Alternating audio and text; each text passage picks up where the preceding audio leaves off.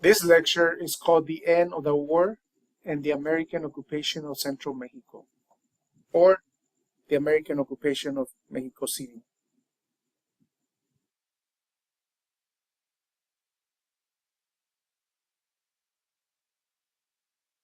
This lecture covers the end of the Mexican-American War, and it has some details on what happens while the United States is reaching Mexico City. In this slide, you can see the painting called American Progress by George A. Clofut from 1873, representing Manifest Destiny.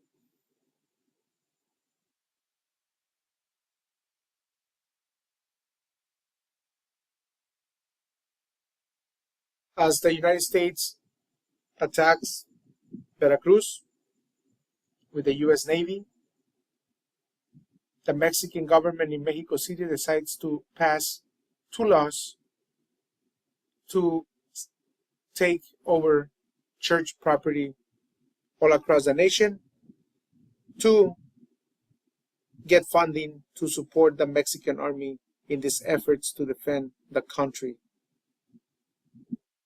The church typically had a lot of power and influence and money over time since the time of Spanish colonialism, and it was not interested in helping out to the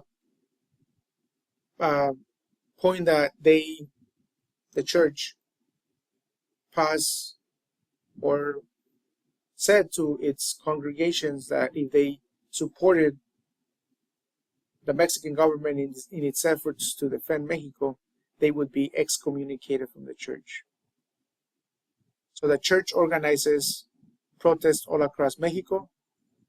Eventually, the Mexican government of Antonio Lopez de Santa Anna and the church negotiate, and the church ends up giving Antonio Lopez de Santa Anna 2 million pesos to defend the country against the United States. The United States, under the leadership of General Winfield Scott, with around 12,000 naval ships, land in Veracruz, in the Gulf Coast of Mexico. This is one of the most important ports of Mexico. But the landing won't be easy. They have to bombard or bomb the city for about 4 days from the ships and from land because there is resistance from the Mexican army and also citizens of the city.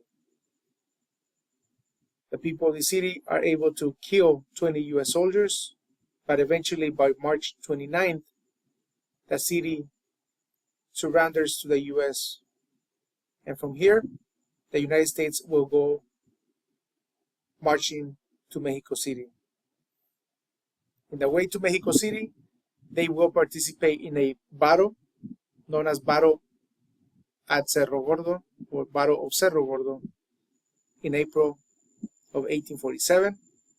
By this time, the Mexican government declares that anybody that negotiates with the United States representing the Mexican government would be considered a traitor for simply negotiating. The troops of Antonio Lopez de Santa Anna, made up of about 12,000 men, defend Mexico at this point. In the next slide, I have a map that you can see where this is at. But eventually, Santa Anna is winning and is pushing, but he decides to pull back for some reason. Here is a map of Cerro Gordo as compared to Veracruz in the way to Mexico City. So Santa Anna ends up retrieving. The United States only loses 63 men, and the US Army is going after Antonio Lopez de Santana, who escapes to Puebla and eventually to Mexico City. By the time he gets captured in Puebla, Santana agrees to surrender and uses this time to negotiate with the United States and tells the United States not to attack Mexico City, and that if the United States gives him money, he could use the money to bribe the Mexican government to negotiate with the United States and agree to the terms of the United States. Instead of doing that, Antonio Lopez de Santana raises up his army again and is ready to continue to fight. The next battles would be the Battle of Churubusco and eventually the Battle of Chapultepec Castle, which would be the last battle, the very last battle of the war. Chapultepec Castle is located in Mexico City. This is a military academy, and you have about 5,500 Mexican troops defending this place, including 800 soldiers from this academy and 43 young cadets, many of whom are underage, against over 10,000 US troops.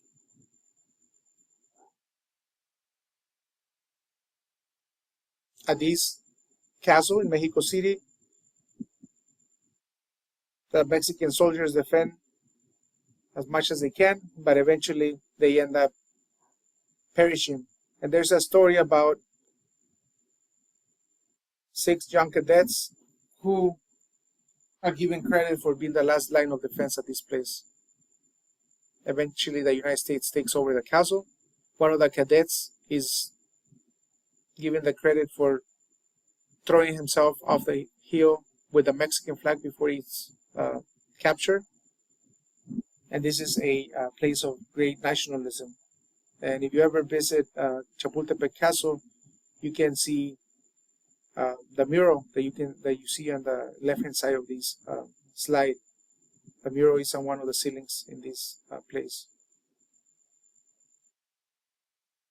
As the Chapultepec Castle gets stormed by the U.S. Army, a group of Irish deserters of the U.S. Army and also Mexican Irish people who have formed something called the San Patricio or the St. Patrick Battalion to fight against the United States. They get to see the Mexican flag being taken down and the U.S. flag being raised at the castle as they get hung by the United States for treason. And this is an image of them. In Mexico, the St. Patrick's Battalion or San Patricio Battalion is given honors every year, and there's a very important understanding of this historical moment between Ireland and Mexico. St. Patrick's Day in Mexico is a holiday, and it's something that is celebrated by the Mexican Army and the Mexican federal government. Eventually, the U.S. Army takes over the Zócalo, or the Central Plaza of Mexico City, when Mexico surrenders on September 13, 1847, and by September 15 of 1847, hours before Mexican Independence Day, the U.S. Settles in the Central Plaza and stays here for 9 months, while the Treaty of Guadalupe Hidalgo is being negotiated between the United States and Mexico. Many things happen in this period of time, including stories of U.S. troops going to places like Teotihuacan, going to the National Museum of History and Anthropology, and using the Aztec calendar as target practice, amongst other items.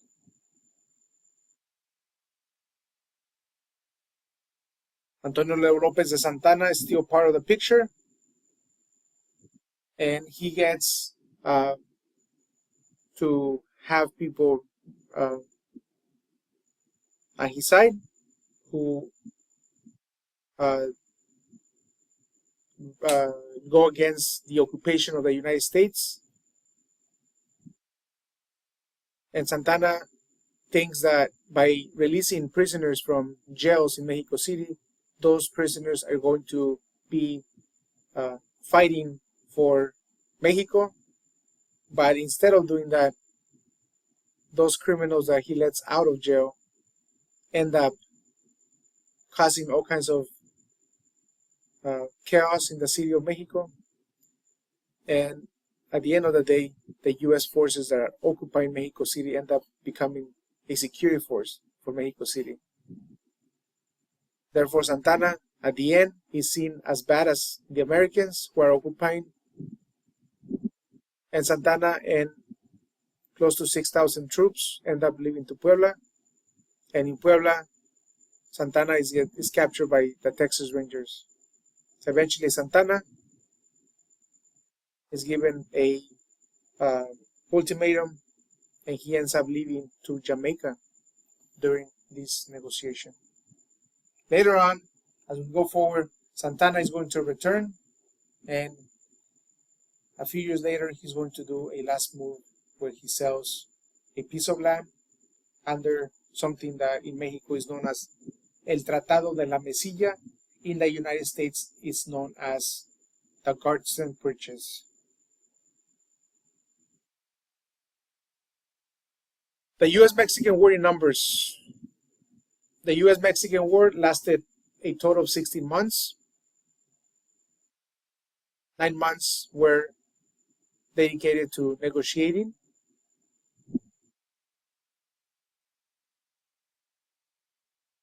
Mexico, as you can see here in this chart, had close to 10 million less people than the United States. Mexico lost 20,000 people in this war. The United States lost 13,271, but the great majority of soldiers from the United States didn't die because of battle. They died because of other reasons, including different types of sicknesses that they experienced during the war, and also amputations and so on and so forth. Mexico lost, with the inclusion of Texas, a total of 55% of its national territory, while the United States gained close to 15% of land. And there are those numbers there, 525,000 square miles, which is today the American Southwest, the former Mexican territories. The legacy of Santana is that he ends up a very wealthy person at the end of the war. He, while in power, is able to be well respected. He is given all kinds of titles, like the ones you see here: His Excellency, His Most Sincere Highness. He was known for being a person that threw big galas and banquets with much military recognition, with a 1,200 men presidential guard, a national holiday on his Saint Day, media campaigns. In 1842, the army does a procession with all honors to his leg because he's amputated. Also, the Mexican national anthem initially had a stanza. A piece of the Mexican national anthem was dedicated to Antonio Lopez de Santana, but eventually that was taken out. So if you look at the original Mexican national anthem, you can see that. The legacy of the U.S.-Mexican War and the loss of Texas. Another reason why Mexico lost Texas is because education wasn't in a good place. Inclusion of all the population wasn't good. People were not fully integrated into Mexico. A lot of political divisions, corruption.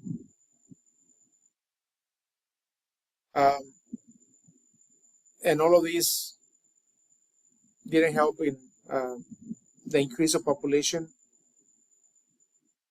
Plus, the United States had migration happening all the time. Mexico did not have that.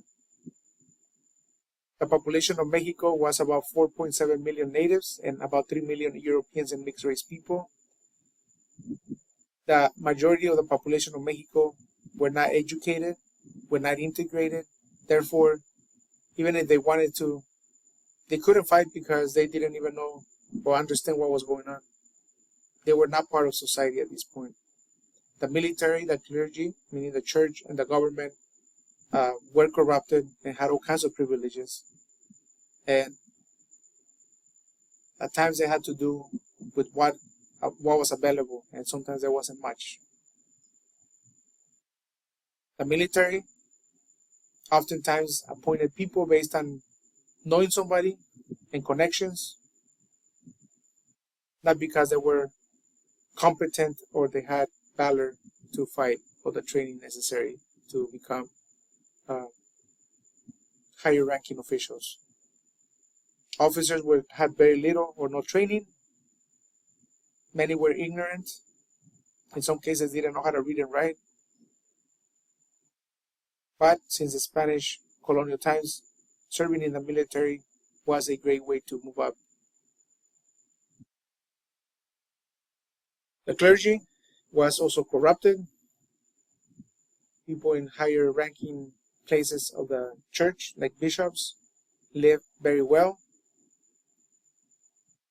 And as opposed to people in parishes in the outskirts of cities who depended on church ceremonies and parish rites of collection. So they collected money from people, and sometimes they had very little to compensate their work and the services that they wanted to provide to the people they served. The government, a lot of public jobs were given to people by connection, not by political career or by skills that people had. Many jobs were created because of the connections that existed. Corruption, meaning money and resources disappear. Also, there was a lot of political influence by money and influence. And many people in politics, in many cases, didn't know how to read and write. As of the native population, the majority lived in their own communities in haciendas, exploited by wealthy mixed race people, and in most cases Spaniards or descendants of Spaniards that had inherited positions, names, land, so on and so forth. They were forced to sacrifice their own lives under poor conditions, and they couldn't find support in many cases in the church, the priests, the military, or the Spanish-speaking authorities. In the 1850s in Mexico, I would say more than 65% of the population did not speak Spanish. So they were not fully integrated into Mexico. They were in their own world. At the end of the US-Mexican War, there was various people, especially from the Bajío area in central Mexico, places like Querétaro, Guanajuato, San Luis Potosí, Tamaulipas, and a few others who wanted to continue to fight, and they volunteered to fight, but the Mexican government did not go for that idea. The US-Mexican War is going to have big repercussions in the relationships between Mexican and Mexican-American people, especially in the new frontier or in the old Mexican territories that are now part of the United States. People in the former territories will experience discrimination disenfranchisement in politics. They are going to lose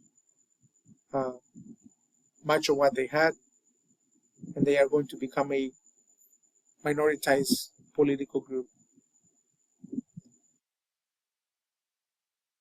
The native population live day by day cultivating their land. In many cases, they didn't have a title to the land because they didn't know how to read and write. But traditionally, they have lived in this land for centuries. In many cases, they ended up having to pay for extortion and corrupted officials. The Spanish and mixed race population of Mexico, or the descendants of the Spaniards, live mostly in capitals with the military, the clergy, and the government, and they benefit from many of these things. The Spanish colonial system no longer existed, but there was a social stratification system in which the descendants of the Spanish and mixed race mestizos and mulattoes who have cooperated over the years or have shown their loyalty to the government ended up benefiting from many things.